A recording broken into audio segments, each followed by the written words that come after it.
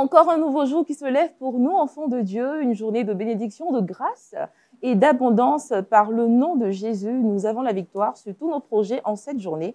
Shalom chez vous, très chers téléspectateurs. Vous êtes sur Lumière du Monde Télévision et vous suivez le talk matinal avec la team Vie que présente ici. Shalom la team. Bonjour à vous, chers Wake-Upers. Bonjour. Shalom Aristide. Shalom. Bien dormi? Ce matin, le réveil était un peu lourd, mais ça va, par la grâce de J'ai envie de Dieu. te demander, c'était quoi ta première action quand tu as su que le réveil était un peu difficile? J'ai bu quelque chose pour me donner un peu de punch. Ensuite, j'ai commencé ma routine habituelle. D'accord. Aristide et toi, bien dormi? Oui, moi ce Ça matin, va ce matin? Dieu fait grâce avec une bonne prière de déclaration positive sur sa vie. Et puis je crois que tout va bien, quoi. Merci Aristide. Et nos invités sont présents également. Aujourd'hui, c'est mercredi et nous sommes avec Tonton Léon. Bonjour Tonton Léon. À nos amis. Bien dormi, pas comme Kouda, hein? Bien dormi. Oui. Bon réveil. Action du matin. Rendre grâce et puis préparer les enfants pour l'école. Préparer les enfants pour l'école. Alors aujourd'hui, c'est Kids Time. Et le Tout à thème fait. que nous abordons, c'est 4 pistes pour faciliter la communication avec son adolescent. Oui, 4 pistes que nous voulons proposer aux parents pour pouvoir faciliter leur communication avec leurs adolescents. Et c'est dans pas longtemps. Et nous sommes également avec un pasteur. Il se nomme Pasteur Padé Tokoun. Shalom pasteur. Merci. Soyez le bienvenu. Merci. Nous sommes très heureux de vous retrouver sur le plateau de Lumière du Monde Télévision pour la matinale. Et Dans enchanté. pas longtemps, on ira avec vous pour Méditons ensemble. Sans plus tarder, méditons ensemble maintenant. Alors, pasteur, le peuple de Dieu vous écoute. Ah oui. Jean chapitre 1, du verset 35. Jean chapitre 1, du verset 35 au 37. Le lendemain, Jean était encore là avec d'autres de ses disciples. Et ayant regardé Jésus qui passait, il dit, voilà l'agneau de Dieu. Les d'autres disciples l'entendirent prononcer ces paroles et ils suivirent Jésus. Ah oui, ça dit Jean-Baptiste avait ses disciples, mais il a dit, voilà l'agneau de Dieu. Il indiquait Jésus-Christ et ses deux disciples l'ont abandonné pour commencer à suivre Jésus-Christ. Ça, c'était un exemple. Ça, c'était quelque chose à bien regarder. Ça, c'est-à-dire, c'est quelque chose qui nous enseigne de grandes leçons. C'est-à-dire, un homme de Dieu qui savait que c'était pas lui l'ultime, c'était pas lui l'essentiel. Lui n'était que le canal pour indiquer Jésus-Christ. Donc, lorsqu'il a dit, voilà l'agneau de Dieu qui enlève le péché du monde, ses disciples, on ne sait pas combien de temps ils le suivaient, l'ont abandonné pour commencer à suivre Jésus-Christ. Mais la question, c'est pourquoi Jean-Baptiste ne les a pas arrêtés? Pourquoi? Parce que Jean-Baptiste connaissait quelque chose que nous devons apprendre aujourd'hui, nous tous qui sommes dans le ministère, que nous devons toujours perdre le contrôle pour que Jésus, n'est-ce pas, puisse avoir le contrôle total. Vous savez, on commence toujours, lorsqu'on encadre une personne dans le Seigneur, la relation fait que c'est comme la personne dépend tout entièrement de nous. Mais Jean-Baptiste savait que cette dépendance doit diminuer avec le temps. Au début, peut-être, la personne dépend de toi tout entièrement pour avoir toutes les instructions. Mais la vision de Jean-Baptiste était que le jour va arriver où cette personne qui dépendait tout entièrement de lui, ne soit libre de lui, il va perdre contrôle. Ah oui, serviteur de Dieu, tu dois travailler pour que tu perdes le contrôle. C'est-à-dire que le serviteur qui maintient la même mise, le contrôle, pendant des années sur les personnes, c'est contraire à la parole de Dieu, c'est contraire à l'Esprit de Christ. Jean-Baptiste savait cela. Donc, il était prêt à perdre contrôle. Il a perdu ses personnes, mais les a perdues à qui? À Jésus-Christ. Nous devons toujours travailler pour que ces personnes dépendent de moins en moins de nous, pour qu'ils commencent à dépendre tout entièrement de Christ. Le temps va arriver où il nous abandonne. Alléluia. Pour commencer à suivre Jésus-Christ tout entièrement. Vous savez, il y avait des personnes qui n'ont pas compris cet esprit. La Bible nous dit que ces personnes sont venues voir Jean-Baptiste, le même livre de Jean, Jean chapitre 3 cette fois-ci, le verset 26. Jean 3, le verset 26, ces personnes sont venues voir Jean-Baptiste. Et qu'est-ce qu'il disait à Jean-Baptiste? Il dit au verset 26, il vint trouver Jean et lui dire, Rabbi, c'est-à-dire maître, celui qui était avec toi au-delà du Jourdain et à qui tu as rendu témoignage, voici, il baptise et tous vont à lui. Oui, il s'attendait à ce que Jean-Baptiste soit provoqué par la jalousie. Mais écoutez, la réponse de Jean-Baptiste, Jean répondit, un homme ne peut recevoir que ce qui lui a été donné du ciel. Regardez le verset qui suit, le verset 28. Vous-même m'êtes témoin que j'ai dit, je ne suis pas le Christ. Oui, le pasteur n'est pas le Christ. C'est pas lui, l'agneau, qui est mort pour l'âme. C'est-à-dire, pasteur, c'est pas toi qui est mort pour le convertir. C'est pas à toi les brebis.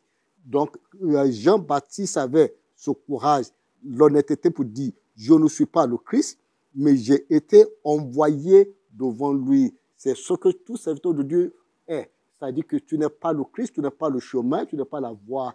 Tu n'es qu'un canal pour indiquer les autres, pour les orienter. Et vous savez, Jean dit plus tard, il dit au verset 29, celui à qui appartient l'épouse, c'est l'époux, mais l'ami de l'époux qui se tient là et qui l'entend éprouve une grande joie à cause de la voix de l'époux. Aussi, cette joie qui est la mienne est parfaite.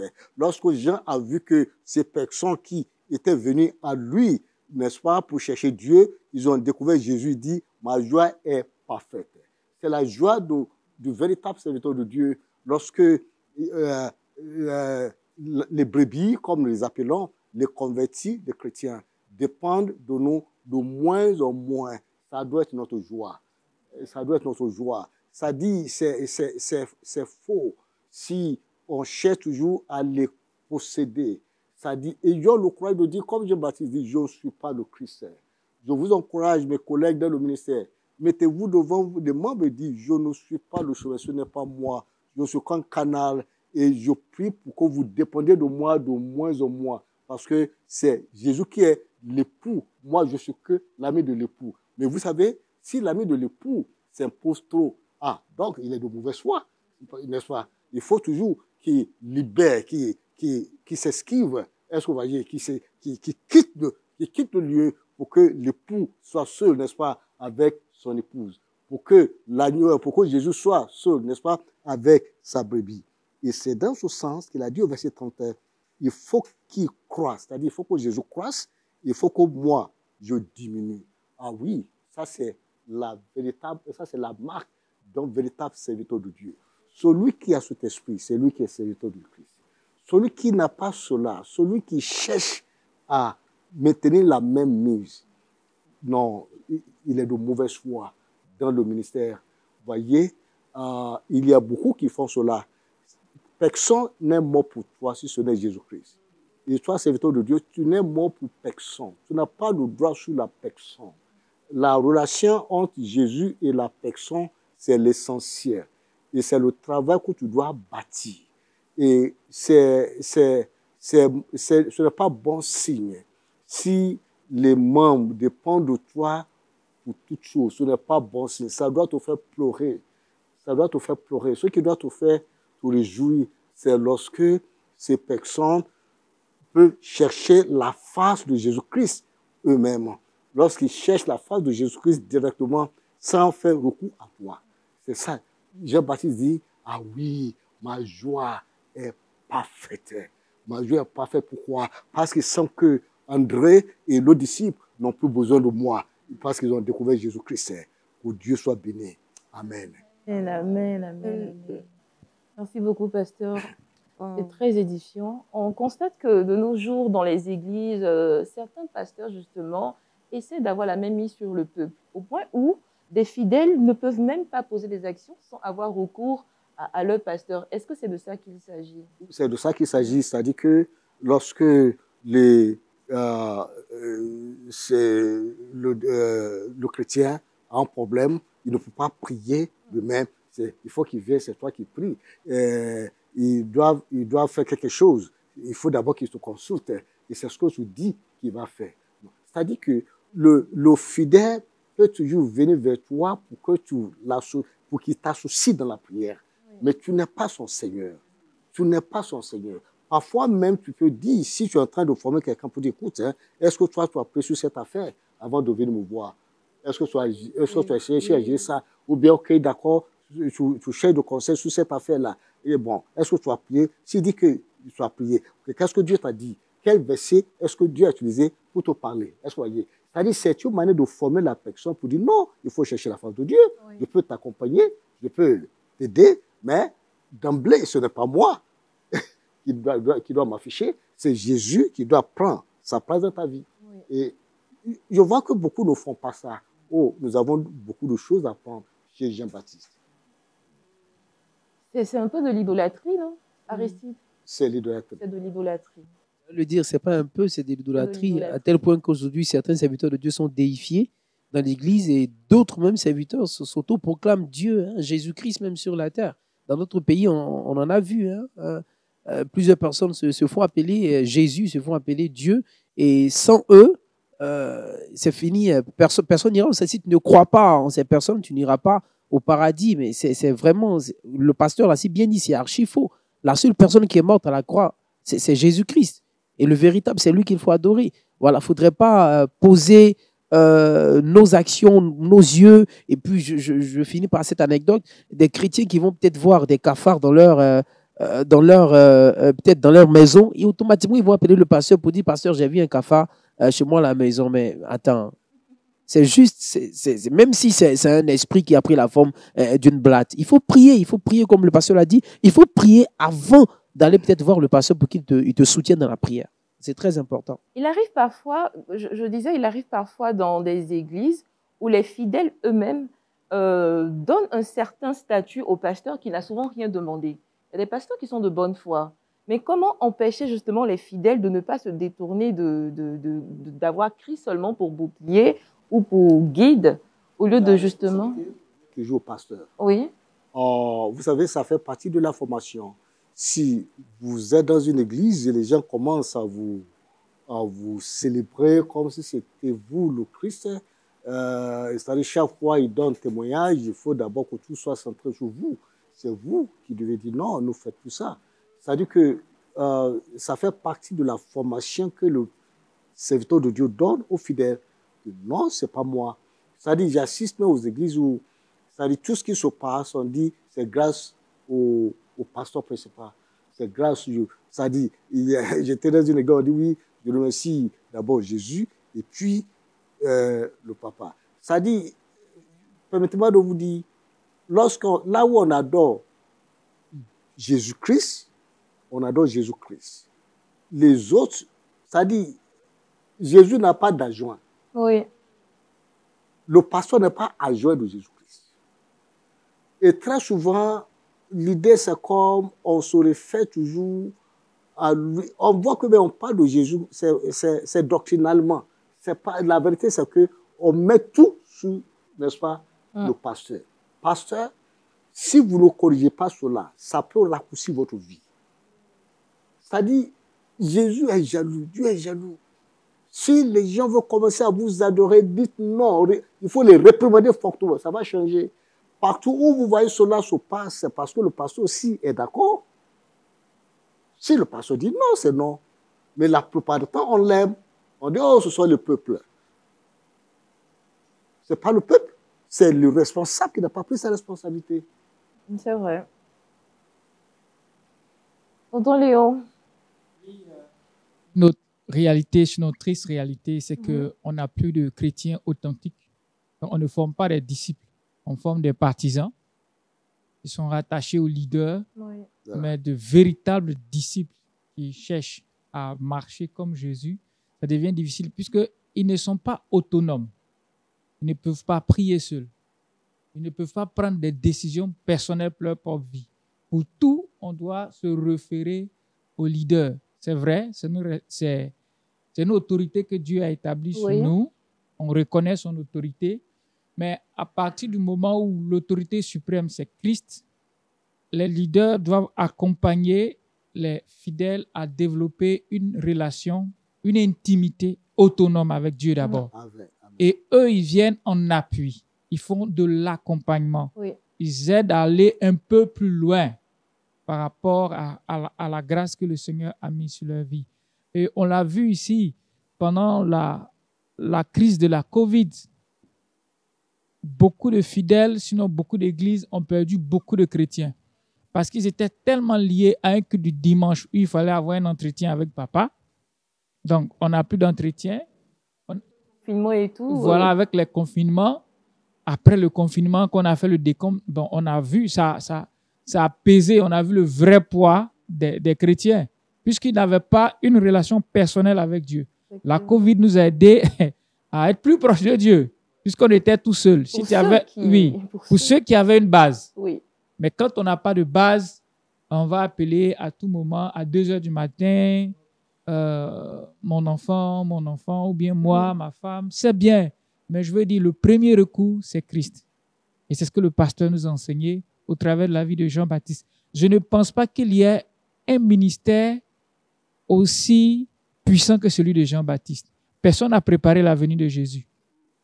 On est tous des serviteurs post-Christ. On est venu après. Mais Jean-Baptiste est le seul qui a un ministère avant même le ministère de Jésus. Donc, c'est une position stratégique. C'est une position extraordinaire. Il pourrait plus s'enorgueillir. Mais quand il fallait lâcher, comme le pasteur l'a dit, il a lâché prise. Écoutez, je suis venu préparer le chemin. Moi-même, je dois suivre Christ là. Alors, on va le suivre. Parce que c'est lui. Et je crois qu'on doit revenir à ce modèle et nous inspirer de la vie et du ministère de Jean-Baptiste. Donc, merci beaucoup, tonton Léon. Merci, pasteur Tokun, pour cette prêche concernant l'importance de suivre le vrai berger qui est Jésus. Alors, vous êtes des disciples de Christ, n'oubliez pas. Vous êtes des brebis qui doivent justement suivre le bon berger, Jésus avant toute chose. Pasteur, ce matin, vous allez prier pour que le peuple de Dieu puisse avoir le cœur disposé pour marcher selon Christ, selon sa parole, et marcher seulement qu'avec lui. Alors, ok, nous prions. Notre Dieu, merci pour ta parole. Merci pour le ministère de Jean-Baptiste qui nous enseigne.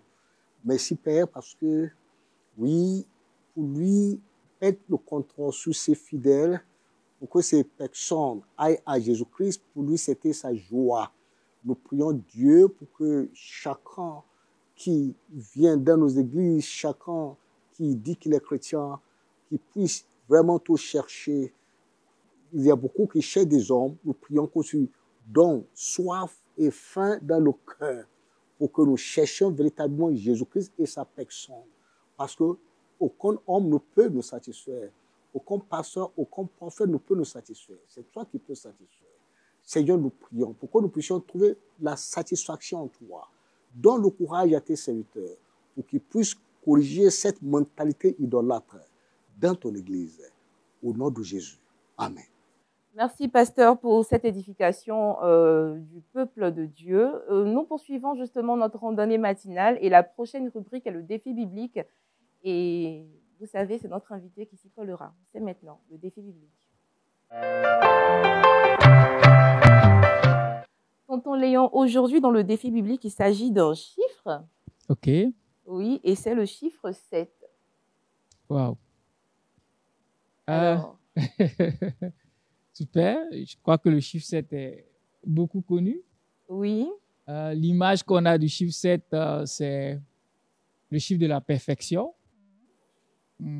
C'est vrai que c'est le chiffre aussi de la perfection positivement, mais ça peut être aussi le chiffre de la perfection dans l'autre sens.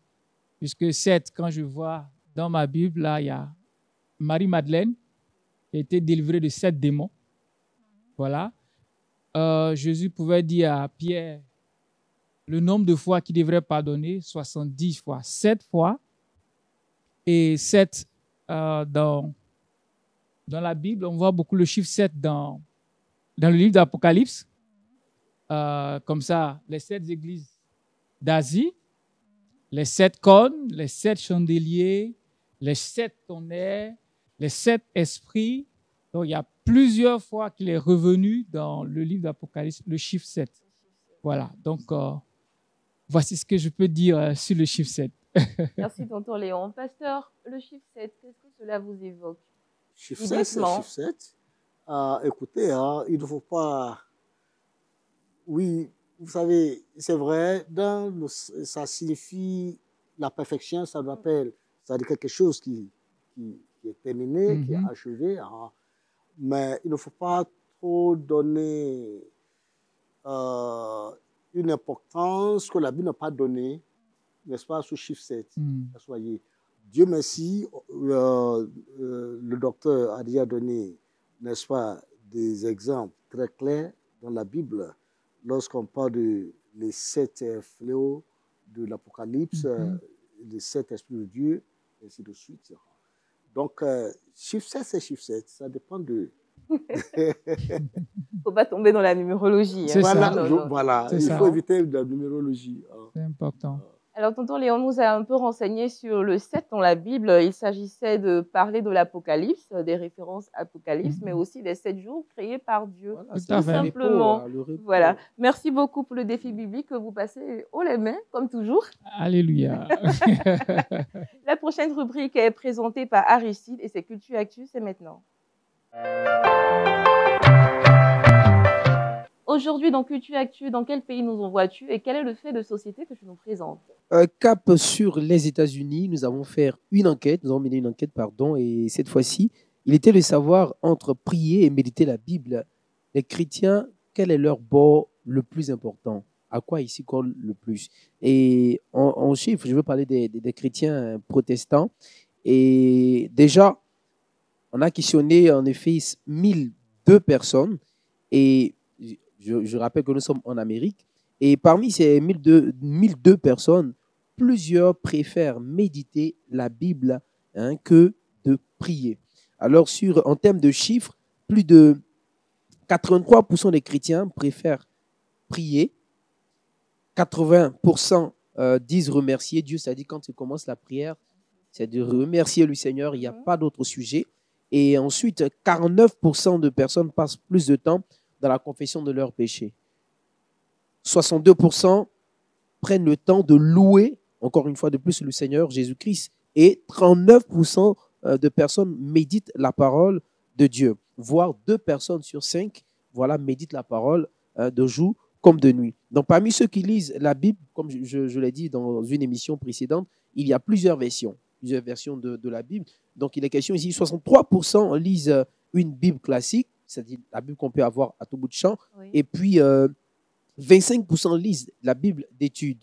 La Bible d'études qui amène les chrétiens à approfondir encore leur connaissance sur certains termes, sur certains chiffres, je dirais, certains lieux bibliques. Donc, voici un peu notre enquête qui nous a donné véritablement de savoir entre prier et méditer la Bible, les chrétiens, pour dire dans l'ancien message aux chrétiens, pour dire qu'il ne faudrait pas qu'on ait plus de temps de prière que de méditation, il faut que les deux se valent. J'ai envie de te demander, toi, qu'est-ce que tu préfères? Les deux. Les deux, voilà. Je n'ai pas de préférence, voilà. Et généralement, les sujets de prière, Koudaoui? Il y a un pasteur qui disait que si prier, c'est inspirer, méditer, c'est expirer. Voilà, c'est la respiration. C'est profond. Voilà. Merci beaucoup pour cette intervention. Merci, Kouda. Oui, c'est vrai. C'est vrai. C'est joliment présenté. Vraiment. Et généralement, les sujets de prière qui reviennent, c'est vraiment merci Seigneur. Il est très important de remercier Dieu pour tous ses bienfaits. Mais il y a d'autres personnes qui ne prient aussi que pour avoir des bénédictions. Ah oui. Ça aussi, c'est un autre, ça aussi, c'est un autre cas, pasteur. Il y a des personnes qui aiment justement aller voir les pasteurs pour dire, pasteur, je veux ça et tout. Mais il y a d'autres personnes qui ne prient que pour des bénédictions, qui ne s'attendent qu'aux bénédictions, alors qu'il faut souvent seulement remercier Dieu pour le souffle de vie. Oui, mais ce genre de prière, ça c'est pas une vie de prière, parce que si vous êtes là pour demander selon vos besoins, vous allez découvrir que votre prière sera très restreinte. Vous n'avez pas vraiment une vie de prière. Vous n'aurez pas d'expérience spirituelle. C'est-à-dire, c'est pas spirituel, chaque fois où Dieu, je cherche de l'argent, Dieu, j'ai besoin de l'argent, Dieu, non. C'est-à-dire, la véritable prière, c'est prière lorsqu'on se met devant Dieu comme son collaborateur pour faire avancer ce qu'on lui veut faire sur la terre. Lorsque vous priez pour d'autres personnes, ce n'est pas pour tes bénédictions, pour vous prier pour d'autres personnes, vous priez pour que Dieu se manifeste dans la vie d'autres personnes, vous priez pour le peuple de Dieu, vous priez pour le pays. C'est ça vraiment la prière. Merci beaucoup, pasteur. La vie chrétienne nous demande d'être présent pour les autres, de prier les uns pour les autres et d'aimer son prochain comme soi-même. Et la prochaine rubrique nous aide justement à mieux nous entendre avec nos familles, nos enfants, pourquoi pas. Et le sujet abordé, c'est quatre pistes pour faciliter la communication avec son adolescent. Et c'est donc Kids Time, c'est maintenant. Tonton Léon, 4 pistes pour faciliter la communication avec son adolescent. Période très sensible. Hein? Effectivement, l'adolescence, c'est la période 13 ans plus. À partir de 13 ans, c'est vrai que les filles sont parfois assez précoces.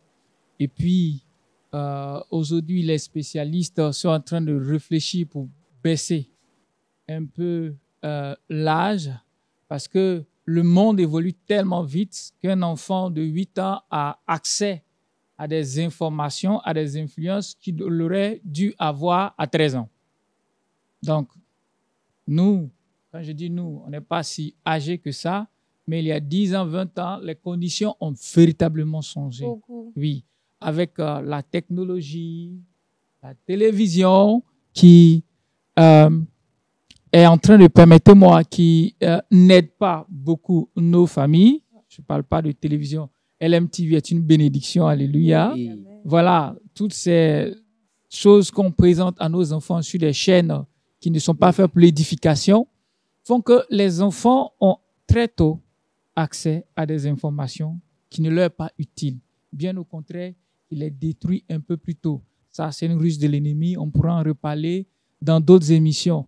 Donc, pour dire que la question de 13 ans et plus, c'est à revoir. Voilà. Si vous attendez 13 ans pour dire que votre enfant ado, pour avoir certaines démarches avec lui, vous serez vraiment en retard. Alors, c'est une période sensible. L'ado se cherche. Il est en pleine mutation. Il y a beaucoup de changements physiques, spirituels, émotionnels. Il y a beaucoup de changements. Il a tendance à vouloir être autonome, à prendre ses décisions tout seul pendant que les parents sont là. Les parents voient encore un enfant, un bébé, et lui se voit encore un adulte. C'est pour ça qu'on dit l'adolescence est une période entre deux. Il est ni enfant, ni adulte. C'est une période de transition où il a vraiment besoin d'accompagnement et de compréhension.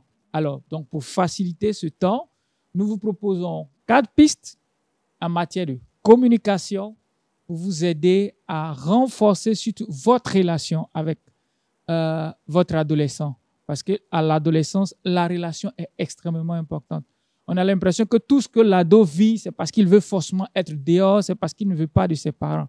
En réalité, il y a un défi relationnel qu'il est en train de bâtir et construire. Et quand on ne se comprend pas, voilà, et il se retrouve dehors. Donc, nous voulons vous proposer 4 pistes pour faciliter cette communication. Il y a des enquêtes qui ont été menées pour voir qu'est-ce qui était le plus important dans la relation pour les adolescents avec leurs parents. En plusieurs questions qui leur ont été posées. Ce qui est revenu le plus, c'est la communication, l'écoute, le dialogue et la compréhension. C'est ce qui est ressorti le plus. Au-dessus même de la non-disponibilité des parents ou encore du temps passé ensemble. C'est-à-dire, le facteur temps passé avec son adolescent est important. Ça, c'est vraiment important. Mais quand on a demandé à un certain nombre d'ados, pour eux, c'est le dialogue, la communication et la compréhension. C'est-à-dire, un parent peut ne pas forcément avoir du temps pour être là fréquemment, mais la communication, si elle est bien travaillée, ça peut créer un certain équilibre. Les ados ne se sentent pas compris. Justement, la compréhension, et ça part aussi de la communication. Donc, entre plusieurs pistes, dans la communication, on peut penser déjà aux 5 langages d'amour développés par Gary Chapman et Ross Campbell. Voilà, on pourra revenir dessus une fois. Mais les 4 pistes, d'abord, intéressez-vous à ce monde. Intéressez-vous au monde de votre ado. Il faut lui témoigner de l'intérêt. À quoi est-ce qu'il s'intéresse? Quels sont ses centres d'intérêt? Qu'est-ce qu'il fait? Comment est-ce qu'il s'habille? Est-ce qu'il aime le football? Est-ce qu'il aime dehors? Est-ce que c'est quelqu'un qui aime partager? Qui sont ses amis? Qui sont ses amis et tout ça? C'est qui il est qui est le plus important que ce qu'il fait. Le piège est que parfois, nous, parents, c'est ce qu'il fait qui nous donne des indices pour pouvoir chercher à corriger. Notre rôle n'est pas forcément de corriger. Notre rôle est d'accompagner, donc d'anticiper. C'est sûr qu'il y aura des batailles, mais si on arrive à anticiper, ça va nous éviter beaucoup de défis. Donc, mon enfant aime le football. Je ne suis pas forcément football. Mais parce qu'il aime le football, je pourrais passer par le football pour qu'il se sente compris, aimé et accepté. Et c'est vraiment important. Si tu ne t'intéresses pas à moi, ça va être difficile pour moi de m'ouvrir à toi. Donc, la relation de confiance vient surtout par là. Donc, il peut y avoir des centres d'intérêt qui sont négatifs. Par exemple, vous trouvez que votre fille s'habille mal, au lieu de lui dire, mais tu t'habilles mal. La seule fois elle va bien s'habiller, c'est de dire, waouh, j'aime quand tu portes une jupe. J'ai aimé la dernière fois quand tu étais en pagne en allant à l'église. Pour une jeune fille, elle dit, waouh. Et elle va changer toute sa garde-robe en ce que papa aime. Parce qu'elle se sent félicitée. Parce qu'elle se sent félicitée, elle se sent comprise, elle se sent appréciée dans son identité de femme. Ça va plus loin que aimer ou ne pas aimer quelque chose. Donc, c'est ce qu'elle a apporté qu'on n'aime pas. OK? Donc, si on l'encourage sur ce qu'on a aimé, ça l'aidera. Elle dit, ah, c'est ça qu'on aime. Mais à chaque fois que j'ai mis ce qu'on aime et qu'on ne m'a pas encouragé, je n'ai pas eu de commentaires. Et c'est à chaque fois que je mets ce qu'on n'aime pas, qu'il y a des commentaires, le message passe difficilement. Voilà. C'est mieux d'aller sur le positif, construire le positif et puis travailler sur tout ce qui est négatif. Lui dit que j'aime ça, c'est lui dit que l'autre aussi, je n'aime pas. Donc, à tel point que si elle porte quelque chose, j'aurais aimé, je souhaiterais, sa tenue ne te va pas bien. Cette tenue ne te convient pas. L'autre te convient. Et avec la négociation, parce que ça aussi, ça marche avec les ados, il faut négocier. Il est entre deux, il est en train de devenir un adulte. Ce n'est plus parfaitement un enfant où on lui dit tout, il prend. Il veut choisir ses habits, il veut choisir ses chaussures. Vous lui faites un cadeau, il n'apprécie pas. Ce n'est pas parce qu'il n'est pas reconnaissant. C'est pour dire, mais écoute, si tu m'avais consulté, j'aurais pris cette chaussure. Il veut s'affirmer aussi. Il veut s'affirmer. Donc, il faut le préparer à être un adulte. Donc, si on décide, on choisit tout pour lui, dans tous les cas, au finish, c'est nous le parent. Il finira par prendre ce qu'on lui a dit, mais le fait de l'aider à participer, construire sa personnalité. Deuxièmement, parlez-lui en dehors des situations problématiques. C'est-à-dire avec notre ado. Quand il n'y a pas de, permettez-moi l'expression, en Côte d'Ivoire on dit bang bang. Quand il n'y a pas de froufrou entre vous, quand il n'y a pas de difficulté, quand il n'y a pas de tension, est-ce que vous parlez? Généralement, on ne parle pas. Surtout dans notre culture africaine, où nous aussi, on a été élevés par des pères ou bien des parents, c'est-à-dire quand papa même te regarde, tu sais tout ce qu'il veut dire. Il y a un message. Tu vois tout ton passé, ton avenir, tout est clair. Dans un seul regard. Aristide, tu vois, écoute, à cette heure, tu ne devrais pas être devant la télé, tu devrais étudier. Donc, quand papa te regarde, ce message, tu le reçois comme une révélation. Tu te lèves, tu vas étudier. N'est-ce pas? Sûrement. Mais cette génération, elle n'a pas appris ça. Et on doit travailler à contextualiser notre éducation. Donc, c'est de lui parler quand tout va bien, quand tout marche entre vous, quand vous êtes content de lui, vous êtes content de ses résultats, c'est le moment de poser certaines valeurs. Si vous attendez qu'il y ait un choc pour pouvoir poser une valeur, ça passe difficilement. Ça passera difficilement. On entend comme des reproches. Oui, comme un reproche. Comme un reproche. Par exemple, à un moment où ça va bien, vous voyez qu'il a de bonnes notes et tout ça. Waouh, super, je vois que tu as de bonnes notes. Je t'encourage. Je crois que tu peux. On a eu 17, non? On va aller à 18. Est-ce que tu es d'accord pour qu'on aille à 18 le prochain devoir? Ça passe. Mais quand il a un 7, et puis on s'accentue sur le 7, il y a un souci. Je vais revenir là-dessus. Donc, il ne faut pas attendre qu'il y ait des histoires, des problèmes avec notre ado pour pouvoir poser des valeurs. Troisièmement, parlez-lui de vous. Ah, ça, c'est difficile, hein? Très souvent, des parents qui disaient des histoires. Très souvent, nos enfants pensent que nous sommes des anges, que tout va bien dans notre vie, qu'on a eu un parcours parfait, qu'on a eu un parcours très sain. Ils ne nous connaissent pas. Et ils connaissent des personnages de la Bible, ils connaissent des personnages de l'histoire. Ils sont même plus informés que sur les partis politiques, que le président de la République, sur que des chantres qui ne sont pas forcément chrétiens. Ils ont des informations. Mais qui est papa? Qui est maman? Vous voulez lui parler de sexualité ou de mariage?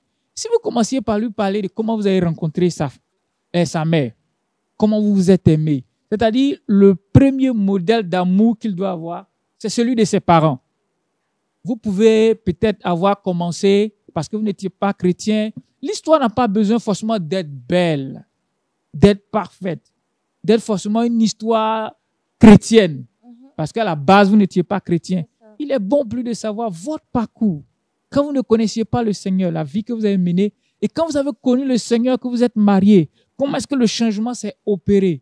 Et comment est-ce que lui aussi, il a connu Christ tout petit, en se mariant dans le Seigneur, voici les grâces et les privilèges. Vous voyez, tout de suite, on a enseigné sur le mariage à un enfant.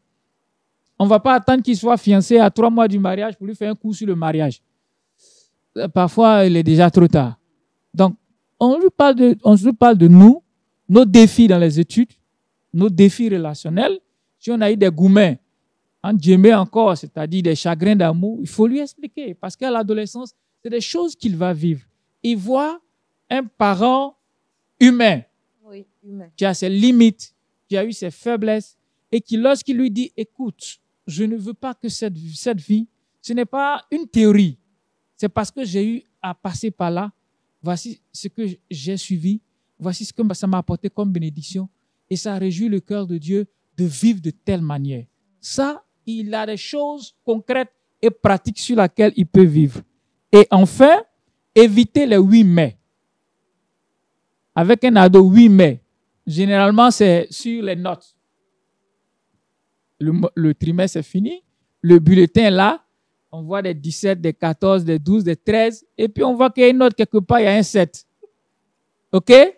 Très souvent, moi je dis ça, c'est la nature pécheresse qui a tendance à ouvrir nos yeux sur les failles et sur tout ce qui est négatif. Voilà. Dieu nous voit avec la beauté de qui on est d'abord, avant de mettre un doigt sur le péché. Quand il est arrivé dans le jardin, il a dit à Adam et Ève, où es-tu? Il savait qu'Adam est péché. Ce n'était pas ça sa priorité. C'était ce que vivait Adam. OK? Donc, avec nos enfants, tu as eu 12, 13. Le mais vient annuler ce qui est dit au départ. Hein? Le salaire du péché, c'est la mort. Mais le don gratuit de Dieu, c'est la vie éternelle. Le don gratuit pèse plus que le péché. Parce que Christ a payé. Vous voyez ce mais-là? Oui. Il a toute sa place dans ce verset-là. Il change tout. Donc, quand tu dis, mais tu as eu 17, mais je vois un 2, qu'est-ce que l'enfant retient? C'est le 2. Pour papa, c'est un 2. Pourtant, j'ai un 17, j'ai un 18. Ce qui est convenable de faire, waouh, félicitations, je vois les 13, les 14, et je vois un 4. Comment tu expliques cela? Il sait qu'il n'a pas le niveau.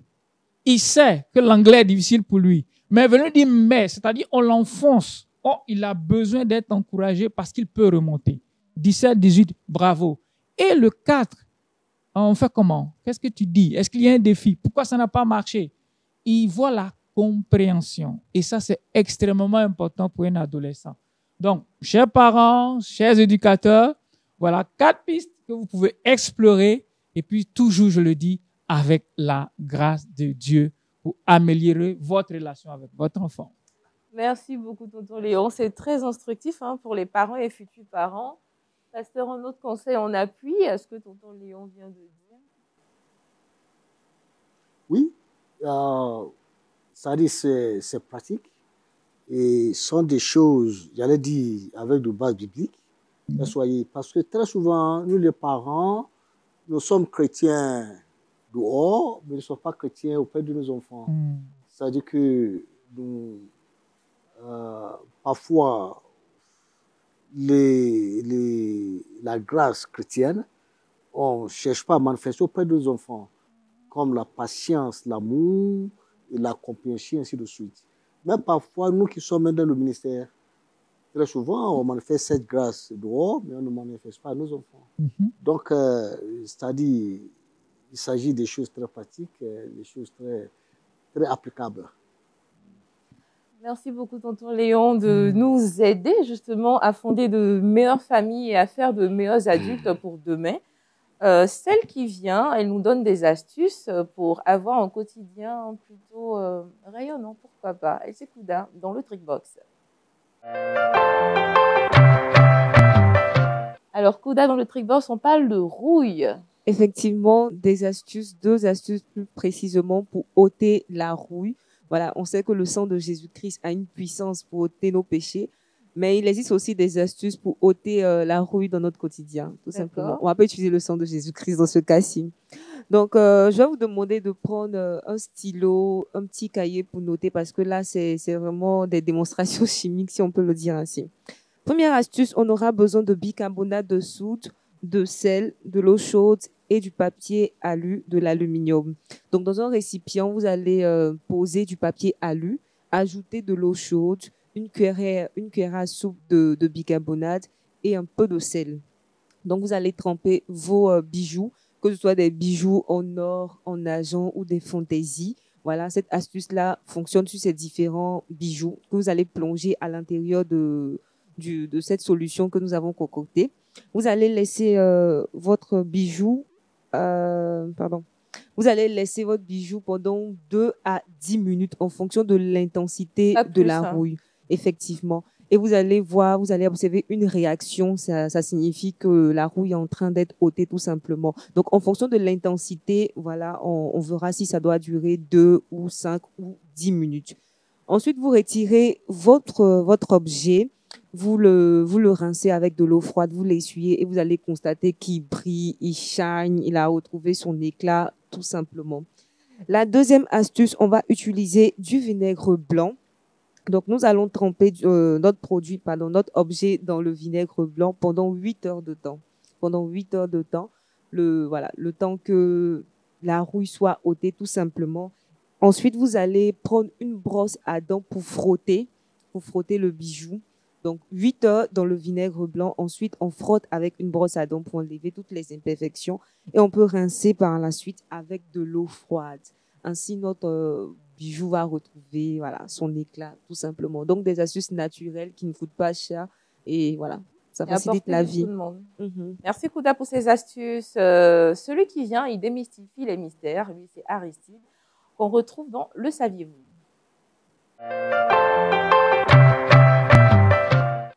Alors, Aristide, le saviez-vous aujourd'hui? Qu'est-ce que ça nous apprend? J'ai envie de demander, est-ce qu'il y a des femmes de prière sur le podium, sur le plateau aujourd'hui? Kouda, est-ce que tu es une femme de prière? Je suis une femme de prière, bien sûr. D'accord. Elle, on peut endormir ce matin, mais bon, ça va. Je crois que le feu va. Voilà, nous sommes le 4 novembre 2022, où un groupe de femmes dénommé Entre elles, voilà, se sont réunies, plus de 1800 femmes se sont retrouvées pour un temps de prière. Il faut rappeler que ce sont 190 églises d'où ces femmes provenaient pour prier, pour adorer le Seigneur Jésus-Christ. Et le thème qui a été prêché ce jour-là, c'est « Existe ».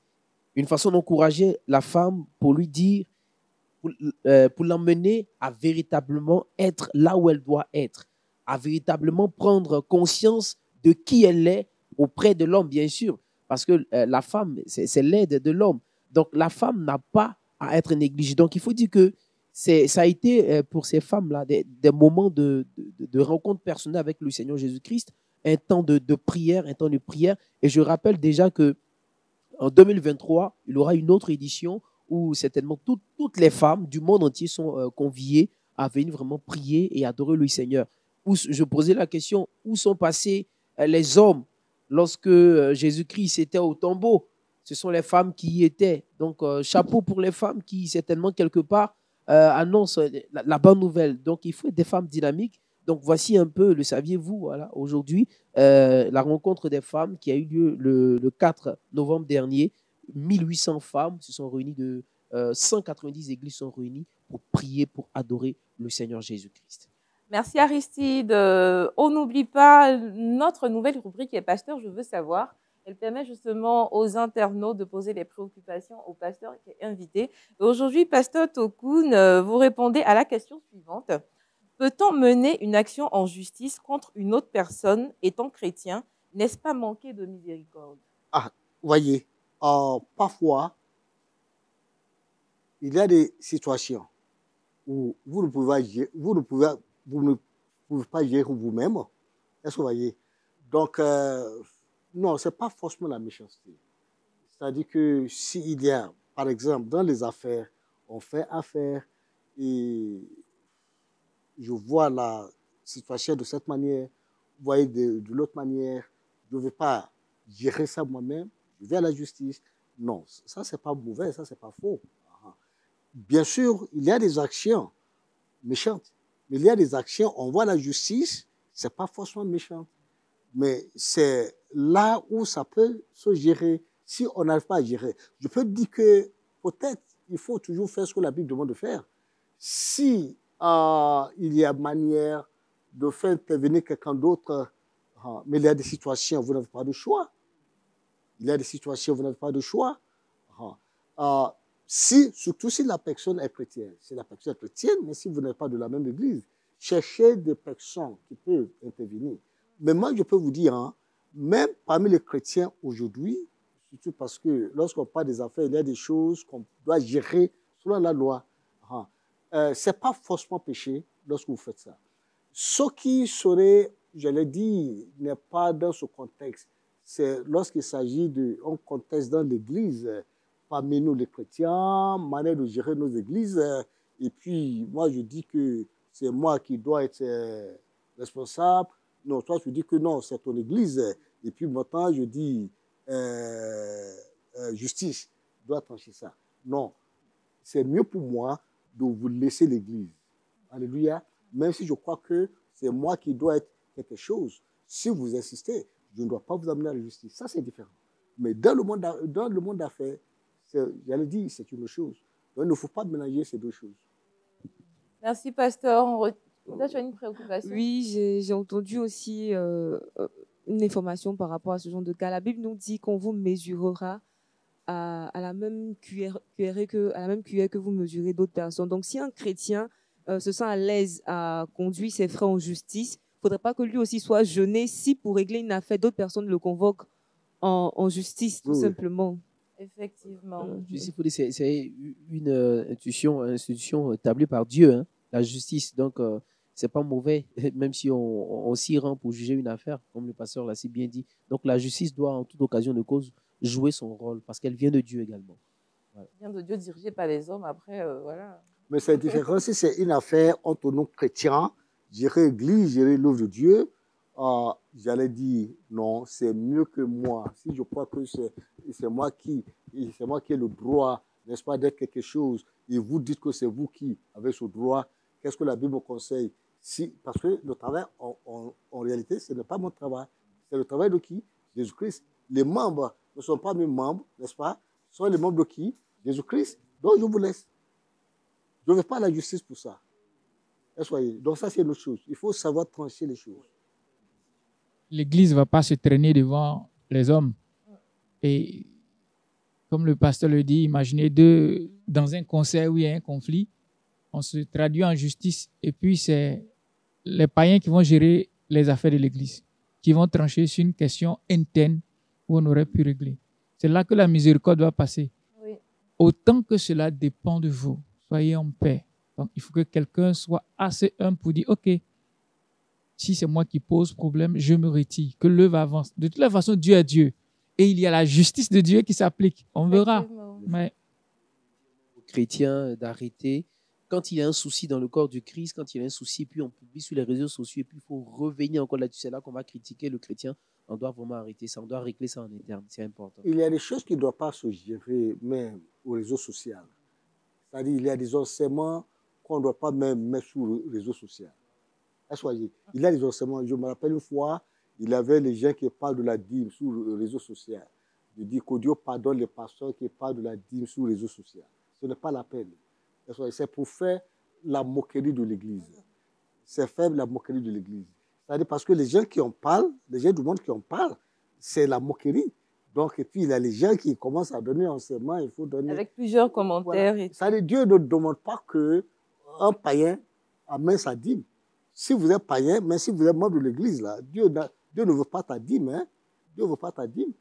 Et si le pasteur a discernement, là, Dieu vous dit de ne pas amener ta dîme. Soyez. Donc, il y a des choses qu'il ne faut pas gérer sur les réseaux sociaux. Merci beaucoup, pasteur. J'espère que de l'autre côté, très chers téléspectateurs, vous êtes satisfaits de votre réponse. En conclusion, on retient que lorsque vous avez la possibilité de conduire quelqu'un devant la justice, il faut souvent faire preuve de miséricorde. Quand cela concerne surtout des problèmes d'église, restez à l'église. Quand ce sont des problèmes financiers, eh bien, la justice des hommes est disponible pour justement rendre justice à tout le monde. Merci beaucoup de nous avoir suivis. On n'oublie pas le verset boussole, Kouda. Le verset boussole se trouve dans le livre de Jean 3, le verset 30. Il faut qu'il croisse et que je diminue.